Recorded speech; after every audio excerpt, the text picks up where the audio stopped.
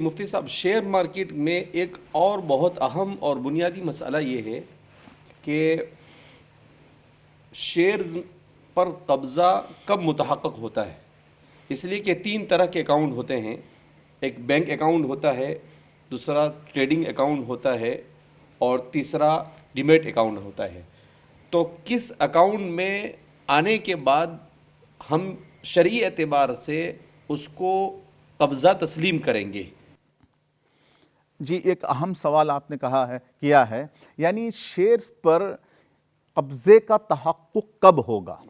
Shares پر قبضے کا تحقق کب ہوگا؟ جیسے آپ نے بتایا کہ کوئی بھی شخص اگر شیئرز خریدنا چاہے تو اس کے لیے جیسے 3 اکاؤنٹ لازم ہے. ایک تو ہے کہ اپنا بینک اکاؤنٹ ہو، دوسرا ہے ٹریڈنگ اکاؤنٹ ہو، تیسرا ہے ڈیمیٹ اکاؤنٹ. اب ایک بندے نے کسی ABC کمپنی کا شیئرز خریدا، 10 شیئرز خریدا، تو جیسے ہی شیئرز خریدے گا اس کے جو ٹریڈنگ اکاؤنٹ ہے اس میں تو وہ چیز ریفلیکٹ کرے گی کہ کیا ہے کہ اس نے اتنے شیئرز خریدے ہیں. لیکن اس کی جو ڈیلیوری ہے، شیئرز کی ڈیلیوری کب متحقق ہوگی؟ وہ متحقق ہوگی آپ کے ٹریڈنگ اکاؤنٹ میں ریفلیکٹ ہونے سے نہیں ہو جائے گی، بلکہ آپ کے ڈیمیٹ اکاؤنٹ میں وہ شیئر ڈیجیٹل فارم میں آپ کو ظاہر ہوں. اب یہ ڈیمیٹ اکاؤنٹ میں کب آئے گا؟ اس کے لیے شیئر بازار کا سسٹم یہ کہتا ہے T+2، یعنی جس دن ٹریڈ کیا ہے اس دن اس کے ساتھ ساتھ 2 دن. مثال کے طور پر آج اگر میں نے ٹریڈنگ کیا ہے تو میرے ڈیمیٹ اکاؤنٹ میں پرسوں وہ چیز ریفلیکٹ کرے گی کہ آپ نے اتنے شیئرز خریدے ہیں، آپ نے اتنے شیئرز خریدے ہیں. اب یہاں پر بہت سارے لوگ کہتے ہیں کہ میں نے جیسے ہی خریدا تو میرے بینک سے اکاؤنٹ پیسے کٹ گئے، اب لہذا اس کا رسک میری طرف منتقل ہو جاتا ہے. اگر شیئرز کی قیمت بڑھے گی تب بھی میں ہی فائدہ اٹھاؤں گا، شیئرز کی قیمت گھٹے گی تب بھی مجھے ہی نقصان ہوگا. تو اس کی وجہ سے ڈیمیٹ اکاؤنٹ میں آئے نہ آئے میرا گویا کہ قبضہ ہو گیا. بہت سارے لوگ اس طرح کے کنفیوژن میں ہوتے ہیں. اس کا جواب حضرت مفتی تقی عثمانی صاحب دامت برکاتہم نے فتاوی عثمانی میں بڑا تفصیلاً دیا ہے. اس کے لیے اس جواب کو سمجھنے کے لیے سب سے پہلے یہ سمجھیں کہ شیئرز ہے کیا. شیئرز کہتے ہیں کہ کمپنی کے اندر ہر چیز کی نمائندگی کرنے کو شیئرز کہتے ہیں. مثال کے طور پر ایک کمپنی ہے، کمپنی کا مطلب صرف پیسہ نہیں ہوتا، کمپنی کے پاس لیکویڈ ایسٹس بھی ہوتے ہیں اور اسی طرح فکس ایسٹ بھی ہوتے ہیں. کمپنی نے باہر کسی کو قرض دیا ہوگا جو ریسیویبل ہے وہ بھی ہے، کمپنی نے باہر سے قرض لیا ہوگا جو لائبلٹی ہے وہ بھی ہے. اگر کوئی بندہ کسی کمپنی کا شیئر خریدا، 1000 روپے کا ایک شیئر خریدا مثلاً، اب وہ 1000 روپے ہیں، کمپنی کے ہر چیز کی نمائندگی کریں گے. یعنی کمپنی کے پاس بلڈنگ ہے تو وہ 1000 روپے کا شیئر بلڈنگ کی بھی نمائندگی کرے گا. کمپنی کے پاس کیش ہے لیکوڈ کی شکل میں، وہ 1000 روپے اس کیش کی بھی نمائندگی کرے گا. اسی طرح سے کمپنی کے پاس را مٹیریل ہے تو اس کی بھی نمائندگی کرے گا. کسی کمپنی نے فنش گوڈز بنا لیا ہے اس کی بھی نمائندگی کرے گا.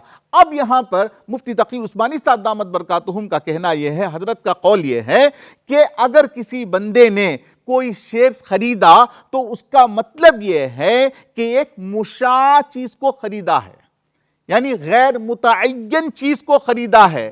جیسا کہ اگر غیر متعین چیز کو خریدا ہے تو اس کے لیے ضروری یہ ہے کہ پہلے کیا ہو، اس کا تعیین ہو جائے. اس کی مثال دیتے ہیں. کیا مثال دیتے ہیں؟ جیسے 4 آدمی نے مل کر ایک 2000 سکوئر فٹ کا پلاٹ خریدا. اب 4 آدمی نے ایک پلاٹ خریدا، 4 آدمی نے مل کر 2000 سکوئر فٹ کا، اور ہر ایک بندے نے 1 لاکھ روپے لگایا. اب ایک بندہ کہتا ہے کہ میں نے جو 1 لاکھ روپے لگایا جس کی وجہ سے 25% کی میری ملکیت ہے. اب وہ بندہ کیا کیا، اپنے 25% کی جو ملکیت ہے اس کو بیچنا چاہے تو شریعت یہ کہتی ہے کہ جو آپ چاروں نے جو مل کر خریدا ہے اس کی تعیین ہو جائے کہ کس کا پلاٹ کون سا ہے، کدھر کا حصہ ہے، کیا ہے.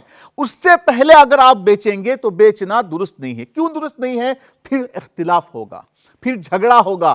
کوئی کہے گا کہ بھئی میں تو سمجھا کہ تمہارا یہ حصہ ہے, اب بیچنے والا کہے گا کہ نہیں میں سمجھا میرا یہ حصہ ہے. اس کے لیے کہتے ہیں ایک مشاع چیز ہے, اس کی تعیین ہو جائے گی تو اس کے بعد اس کا فروخت کرنا جائز ہے.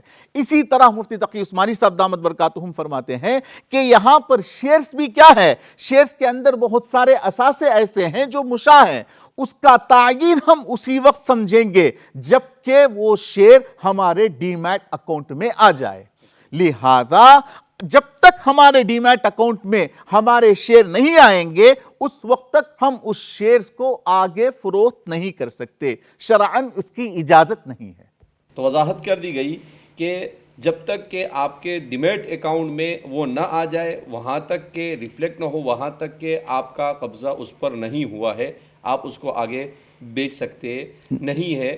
شریعت مطہرہ اس سلسلے میں صاف رہنمائی کرتی ہے.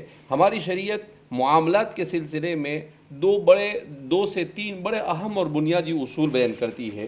ایک تو یہ کہ ہر وہ معاملہ ناجائز ہوتا ہے جو مفضی الی المنازعہ ہو, یعنی جہاں پر بھی کوئی ایسی شکل پیدا ہوتی ہو جو جھگڑے کی شکل بن سکتی ہو, ہماری شریعت کہتی ہے کہ بھئی ہم کو جھگڑا پڑتا نہیں ہے, شریعت جھگڑا نہیں چاہتی ہے. ان اللہ لا يحب الفساد, اللہ فساد کو پسند نہیں کرتا ہے. لہذا یہاں پر وہی صورتحال ہوتی ہے. اس وجہ سے شریعت مطہرہ نے یہاں پر ہمارے علماء نے شریعت کی روشنی میں یہ رہنمائی کی کہ جب تک کہ آپ کے ڈیمیٹ اکاؤنٹ میں نہیں آ جاتا ہے وہاں تک کہ آپ کے قبضے کا تحقق اس پر نہیں ہو سکتا ہے. لہذا جو لوگ بھی اس شیئر مارکیٹ میں قسمت آزمائی کرتے ہیں وہ لوگ اس بات کو اچھی طرح سے سمجھنے کی کوشش کریں.